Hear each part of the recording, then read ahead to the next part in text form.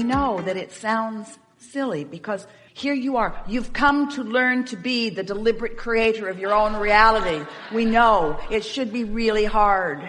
It should be hard. There should be long lists of things to do in order to do it. I should be able to get my mind, my weak and limpy mind that's always focused in the wrong place. I should be able to wrestle it with the ground and make it focus upon things that are meaningful to me. And we say, no, that isn't it. That isn't it. All you got to do is find something that's soft and feels good to you. For a while, Esther just focused on her pillow. Just appreciation. Just find something. Find something. But in doing so, before you're going to be willing to do that, we have to convince you that that's the work to be done. Because you're so used to jumping through the hoops and trying so hard and being measured against others and getting it all right. And you've heard all of the stuff about right and wrong and the pros and cons of things. And your very worthiness and beingness is in question in your mind so much of the time. And we say, where do you get this stuff?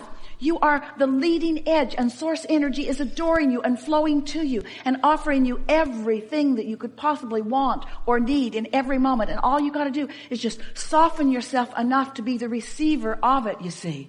Which means you just have to find a soft thought. You just have to stop beating up on yourself for a minute. Just stop feeling critical of what you're not getting done and using what you used to get done successfully. Stop using it as a club to beat yourself over the head about what you're not getting done. It's like saying, oh, I was so thin. I used to be so thin. I used to be so thin and not now. Don't use past successes to torment yourself now. Don't use anything to torment yourself. Use everything and anything that you can think of to soothe yourself. Tell the story the way it feels best to you. I'm a good person. I was born as a good person, and I remained a good person. And I'm loved. I'm worthy, and Source adores me, and Source is flowing to me, and I'm figuring this out, and I don't have to figure it out all at once, and things are all right. And it's getting better all the time, and it's just a matter of the way I feel. I like figuring this out, and I am figuring it out. There's just no big deal going on here. Nothing serious going on. Nothing serious going on. We can tell you, and we don't want to get too much in your head, but you will never put yourself in a position where Source withholds from you. You just put yourself in a position where you don't let it in. And we know that you know that that's what you're doing. Right. And you're almost frantically saying, I know I'm doing this, and how can I stop doing this? And we say, just by feeling around until it feels good and then noting. I felt relief in that thought. That thought felt better. Because it's always better to love yourself than to be mad at yourself. But you can't go cold turkey on loving yourself. If you've got momentum going where you're self-critical or critical of others, critical about anything, you're not going to all of a sudden just drop that. There's momentum going. But you can remember the shrimp that tasted good, and that's a respite. That's relief. You can remember something funny that happened. If you would just get together with friends and talk about the funniest things that you remember happening, your energy would shift. If you would just get hold of some television series, Esther watches Big Bang Theory. Every minute she can find. She's got them all recorded. A really nice evening is just to look and see, oh, I've seen that one, erase. Oh, I've seen that one, erase. Oh, I haven't seen that one. In other words, makes her laugh. Brilliantly written, makes her laugh. Nothing serious going on, makes her laugh. Feels good to laugh. Change the world. Watch Big Bang Theory. Okay. Easier than you've been making it out to be, isn't it? Yes. Is finding a way to feel good when you don't feel good complicated? Sort of, kind of, a little, isn't it? Because you are where you are. So take a nap. Take a nap if you can. Meditate if you can. Change the scenery if you can. Get outside. That usually helps right away. If you can find something like a furry critter to focus on, that almost always helps. Because they know nothing serious is going on. They just look at you like, what's your problem, lady? I got nuts. I got a tree. What's your problem? Esther was sitting at her desk a day or two ago, looking out at the swimming pool. And she saw something she hasn't seen. She's seen it one other time. A bird landed in the tree and did a belly flop into her pool. And then flew up, shook off, and did it again. And then flew up, shook off, and did it again. And then flew up, shook off, and did it again. 20 times, at least, a minimum of 20 times. Just for the surprise and delight. Well, it was also taking a bath, but it rendezvoused with Esther to surprise and delight her. In other words, it picked that moment, that time, that place to have that experience because there's nothing serious going on here. The world will entertain you. It will support you. It will soothe you. It will demonstrate your worthiness to you. You just got to get in the vicinity. And once you get in the vibrational vicinity of that, and you start noticing, see, the wonderful thing about a forum like this, where we talk about being more deliberate, about focusing your thoughts because of the feeling that you want to accomplish, is that when you think deliberately, and then you see the response to that point of attraction, that makes you feel more worthy. And after you do that for a little while, you begin to expect that things will always work out. Things are always working out. There's always a backup microphone. Things are always working out. There is always another way. Right now, right here, right where you are, to get you to where you want to be. There's always another way. But that path is not even available to you unless you are in a place of loving self. You got to be in that place, you see. So, yeah, it works out. It eventually works out for you, you stubborn buggers. It eventually works out for you because you get it a little and things work out, and you get a little more in alignment and things work out, and you get a little more in alignment and things work out. And after enough things have worked out, you start feeling, oh, I'm getting this. Right. But we would like you to realize that you could shorten the time between them not working out and them working out just by understanding that it's an emotional accomplishment that you have the ability of achieving much more directly than you think. If your kids are driving you crazy, don't stand there and try to talk them into some behavior that's going to make you feel better.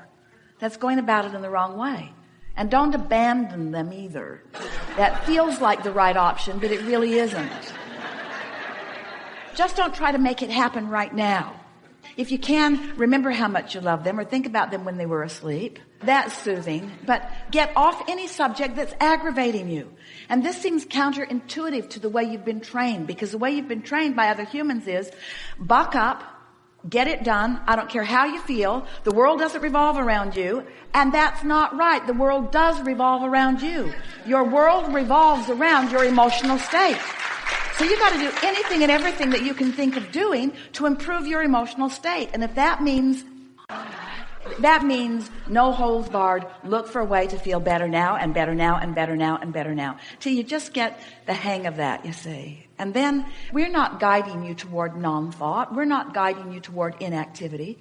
What we're guiding you toward is alignment first, resistance out of the way, momentum in your aligned state, which will inspire all kinds of thoughts and relationships and behaviors and activities, but all inspired, you see. So for a while we're saying get into the vortex, and then now we're saying create your vibrational atmosphere by caring about how you feel and by finding thoughts that feel good. Just see yourself, your dominant work. If you were to leave this room with one word that you were going to empower yourself with, that you were going to use to make your world better right now, starting right now, and the word that you were going to use to help every other person that's coming to you for any kind of thing that they need, the words, I am a soother. I'm a soother. I soothe. I make the best of it. I look for the positive aspects, but don't get too carried away with that. Just soothe. Soothe yourself first, you see. Okay. Soothe yourself first. And you're not soothing yourself in that comparative state. Oh, it used to be better and now I don't know what I'm doing. That's not soothing. That's deliberately aggravating. That's poking at yourself with a hot poker. That's making it worse almost on purpose. That's the way your employer treats you. Prod, prod, prod, prod, motivate, motivate, motivate, motivate. What can I do to make you do the work that you're supposed to do? I can threaten you with termination. What can I do to motivate you? Well, motivation is the antithesis of inspiration. Inspiration is calling you forward, you see. So you just got to hook up to that somehow, which means you got to be really nice to you. You got to be really nice to you.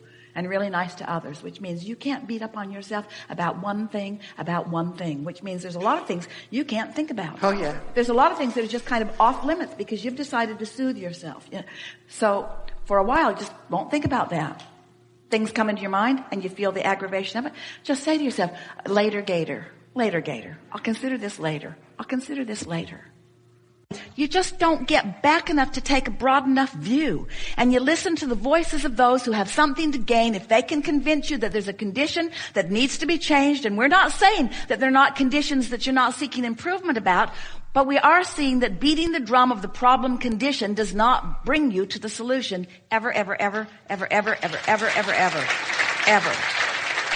And there are enough of you, fortunately, who are not focused upon the problem. That's why the flora and fauna is so important about your planet. And that's why in some ways that you're worried about it. But we promise you, they are not worried. They just migrate to the conditions that serve them best. So then you say, oh, there's a problem. There's a problem with this part of the ecosystem. But the part of the ecosystem that lives there is adapting and moving and changing and thriving and in sync with source energy. And then you say, but what about the parts of the ecosystem that are now extinct? And we say, how do you tell if they are extinct or if they are expanded? How do you know if they are extinct or if they are evolved? How do you know if they have not adapted and changed, you see? And so we know, and Esther will get letters because there are those who are comfortable in their insisting on the destruction of the planet. But we're here to remind you, because we have not forgotten, that you are not devolving, you are evolving. You are not unbecoming, you are becoming. You are not disappearing, you are reappearing. Your planet is well. Your planet is well. There is so much more evidence of the wellness. Now, if you say to us, Abraham, the sun didn't come up this morning, then we'd say, we were wrong. The sun did come up this morning, and it will come up tomorrow morning. And the evolution of all that is upon your planet is improving. And the reason that we know that is because at a cellular level, there is asking. And at that cellular level where there is asking, there is no resistance. Hear that. At the cellular level, which is the basis of all that you know as physical beingness, there is asking and no resistance. So why are you, as humans, getting on these bandwagons where you're looking at conditions and trumping them up and putting dramatic music behind them, and then using that condition that has been exaggerated and trumped up and is way out of perspective with everything else as your reason to not allow your cells that are asking and non-resistance to be the recipient of that well-being, you see? And that's why we say, if all of the humans banded together and watched videos that made you doubt your well-being, you still collectively would not be enough to cause destruction of this planet, because you are not the major vibration of this planet. The major vibration of this planet is happening on a cellular level, on a microscopic level, on an animal level, on a vegetable level, on a plant level, on a source energy level, you see. No matter how bad you decide you're going to feel today, you cannot mess it up for the rest of us.